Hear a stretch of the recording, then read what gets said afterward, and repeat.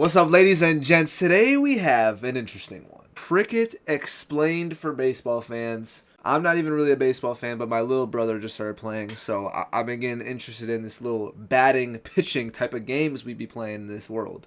And the biggest one in the world, and actually the second biggest sport in the world total out of all sports, is cricket. So I've always been kind of more fascinated with cricket compared to like baseball, but obviously I'm in America, so baseball is a lot more common, and I understand it a lot more and watch my little brother play it and help him play it and stuff like that. But cricket for some reason has always been more fascinating to me, but I've never really gotten into it. And to be honest, my first reaction, I wanted to just go straight to watching like the best highlights, best compilations, but I need to know the full rules first.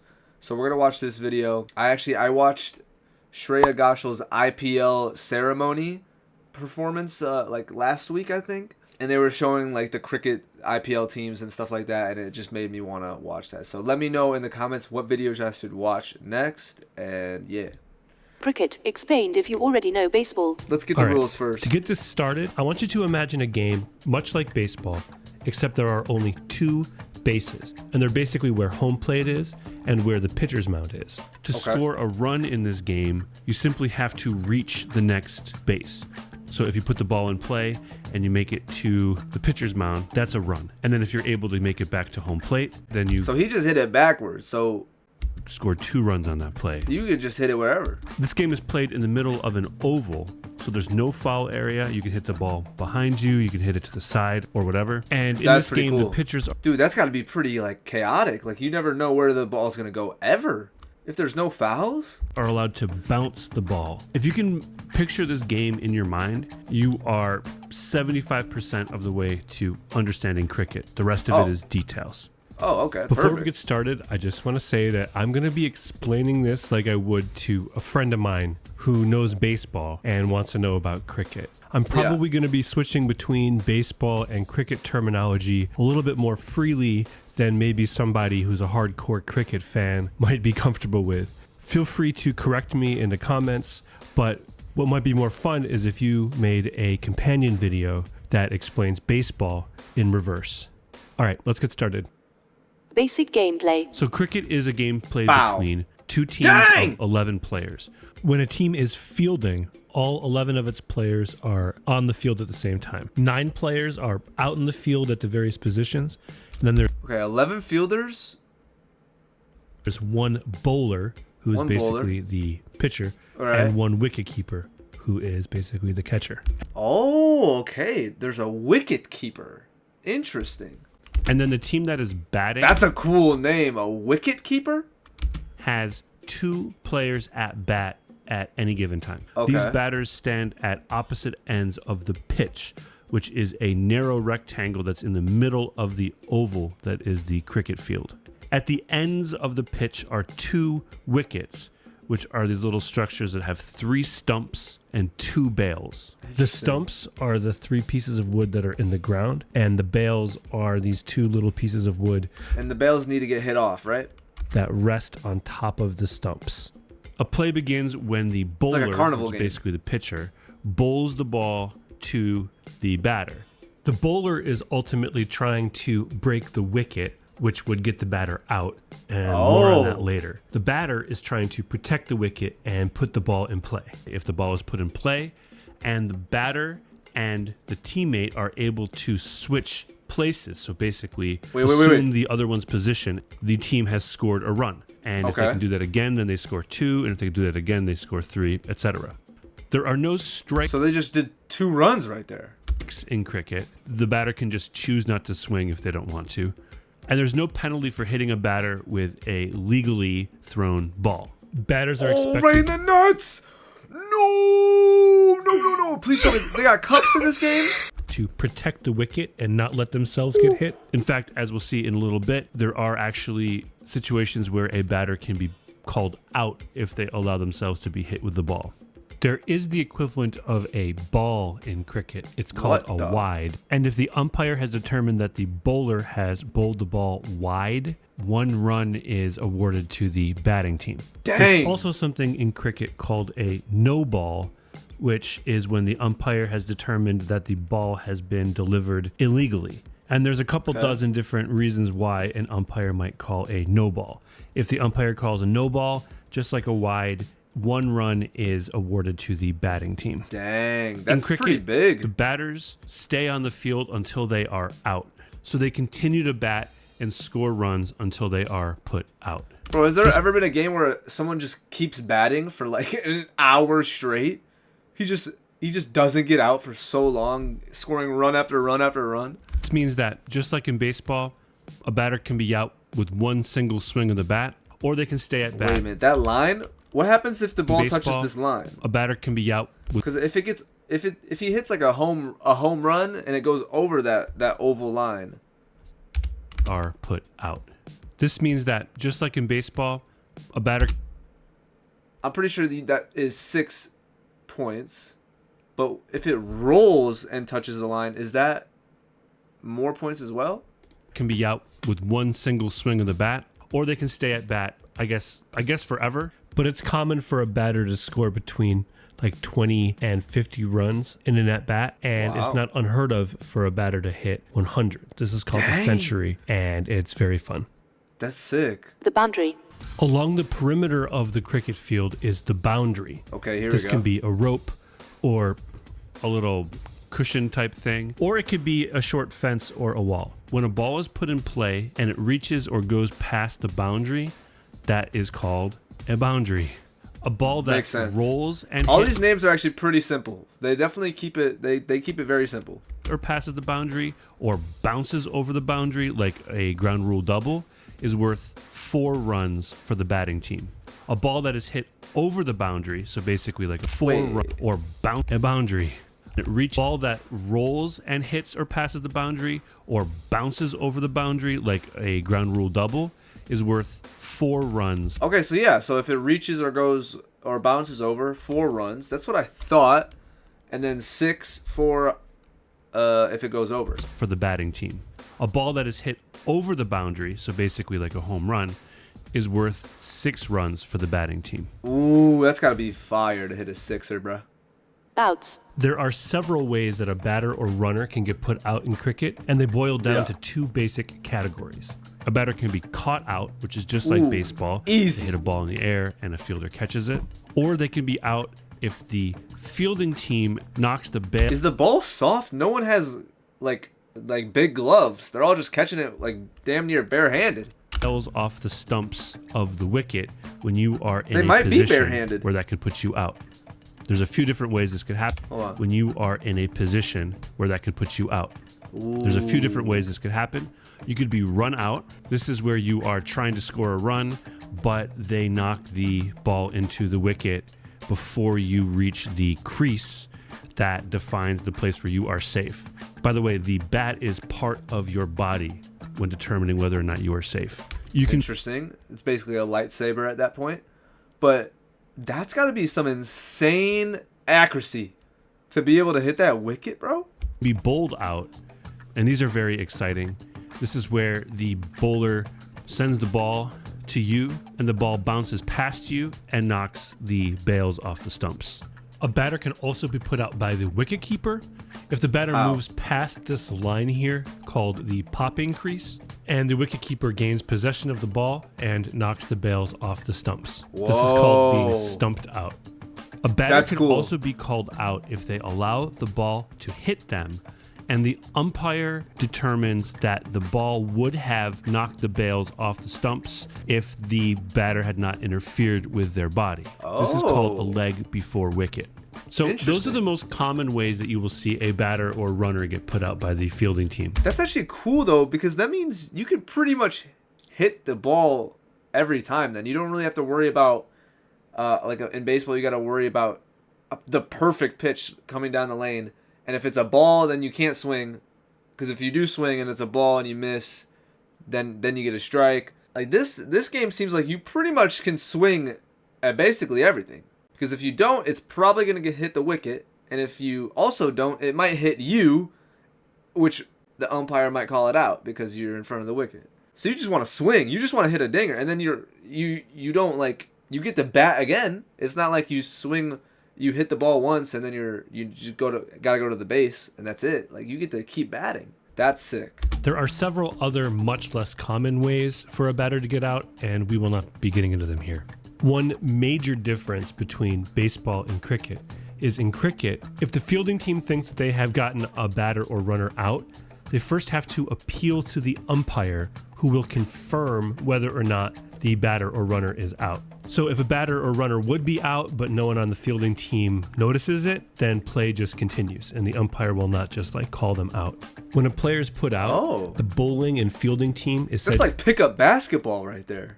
to have taken the wicket, and the batting and running team is said to have lost the wicket. Overs. Each series of 6 pitches or deliveries, which are called balls, is called an over. Each over has only one bowler, and each bowler only bowls one over at a time. So after a bowler has delivered 6 balls, they take a position in the field, and another player comes in to be the bowler for the next over. A bowler can field for an over and then come back to bowl again. This rule I had never knew and never would have expected that. So everyone bowls. But a bowler may not bowl 2 consecutive overs. If you're comparing this all to baseball, overs are similar to individual at-bats in terms of the flow of the game, right? It's like one series of deliveries that everyone's watching, and then there's a brief pause while a new player comes on, and then there's a next set of deliveries that everyone's watching. So you can't just keep batting. The difference, of course, is that it's the bowlers, the pitchers that are coming in and out, and not the batters. Oh, wait. Okay, now I'm confused. So you do get to keep batting until you're out, but the bowler switches in and out.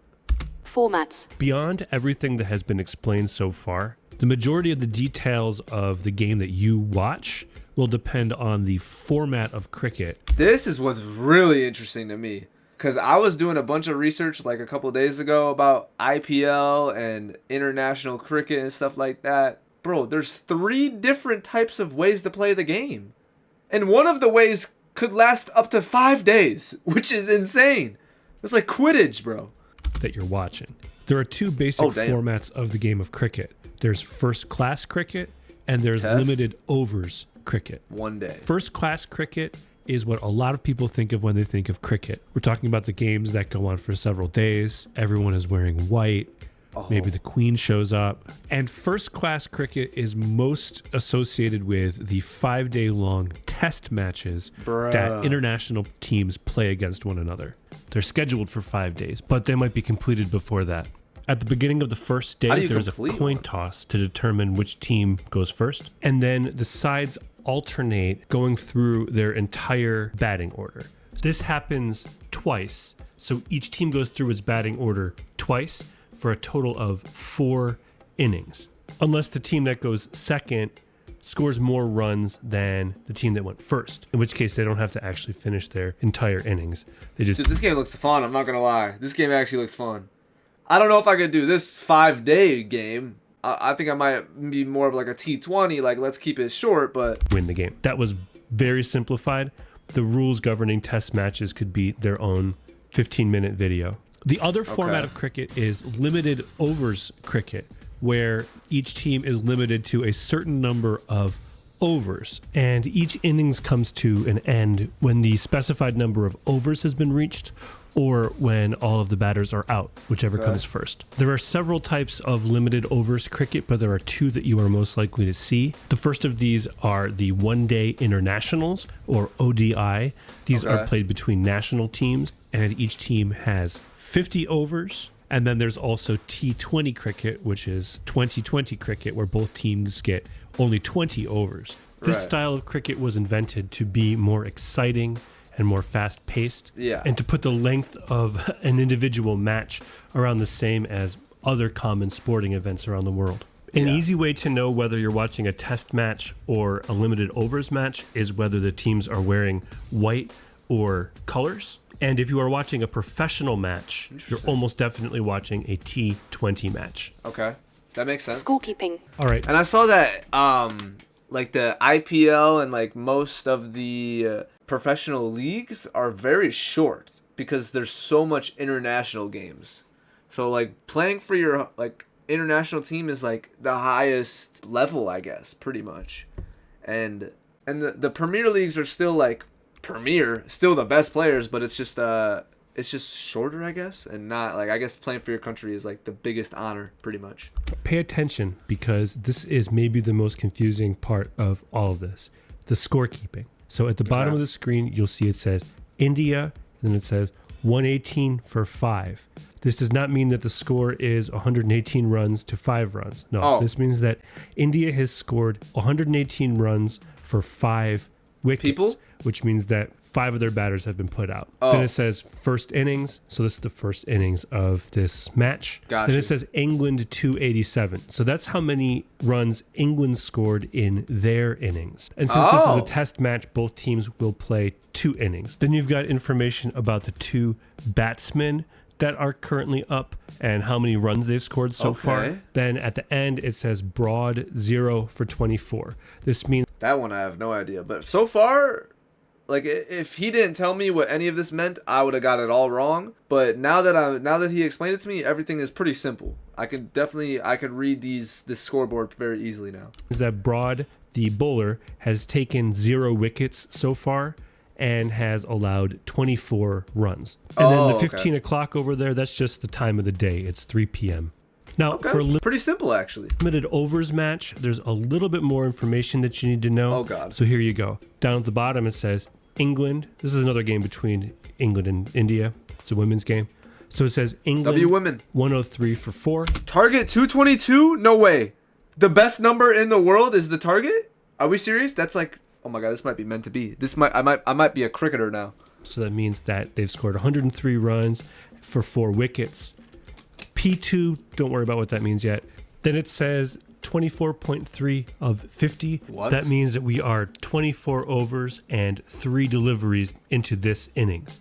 And then the 50 means that this innings will have at most 50 overs, right? Okay. Because this is a one-day international. Right. Then it says target 222. This means that India went first and scored 222 runs. So that's how many runs England has to score to win. Oh, I thought that meant the game is just over when one team gets to that limit. But okay, my bad. Okay, so that makes sense. That makes more sense. It would be weird if that was the limit. And from there, it's pretty much the same as the test match we just saw. Just be careful, because if you're watching an Australian broadcast, the scores are reversed. The wickets are first and the runs are second. So on this one, it says Ren, that's the Renegades, that's one of the teams, 5 for 135. So it's 5 wickets for... Who's got the better league, Australia, England, or India? 135 or Pakistan. runs. So just be careful, it might be confusing. Some final similarities and differences. All right, that's basically it. I thought that we would end this video with a few more similarities and differences between baseball and cricket. One major difference is that in cricket, if a ball is in play, the runners are not compelled to move, right? Why? You only run if you think you can make a run. One similarity is that every cricket ground has different dimensions and a different shape. And much like in baseball, this means that certain cricket grounds are more favorable or less favorable to different play styles. Another difference is that in cricket, the positions refer to places on the field and not necessarily the Oh my God, there's so many individual fielders. So if baseball had a similar thing, like you would not be the shortstop for your team. You would just be a fielder who would be playing shortstop position. And then if your team was in a shift or whatever, maybe you would be said that you were in the second base position. Or maybe for one batter, you would be in the shallow mid outfield position, right? Another similarity is... I like that. And you're not confined to just one position. Also, what happens if the batter hits a 4 or a 6 point play, like he hits it over or it reaches the boundary, and they keep running at the same time? Do they get the 6 points plus how many runs they did? Or how does that work? That in cricket, players on field and off the field behavior is governed by an old-fashioned sense of propriety that's not unlike the unwritten rules in baseball. And the final difference that's probably become clear to you as you watch this video is that cricket is a much more international game than baseball. I don't mean to say that it is more popular in more countries than baseball, although this might also be true. What I mean by this is that international competitions, so competitions between national teams, are the norm. They're not like a special thing that everyone tunes into every 4 years. Professional cricket is a relatively new phenomenon in the world. And while leagues are becoming much more popular these days, it wasn't very long. Yeah, like IPL is like worth of billions of dollars now. Long ago that professional cricket was looked upon as diluting the purity of the game. All right, baseball fans, you have just become a cricket master and you are ready to watch any cricket game that comes across your television. But if you are a cricket fan and you notice that I got something wrong, which I probably have, or that I left something out, which I probably did, you left out what happens when they hit a 6 and they keep running. I don't know what do they get to make more than 6 points? Who just followed me on Twitch? Thank you. Do they get more than 6 points, or is it just cut at 6 and that's all you get? Anyways, I'm a cricketer now. I'm locked in. I might go watch a video right now. I might go watch a compilation right now.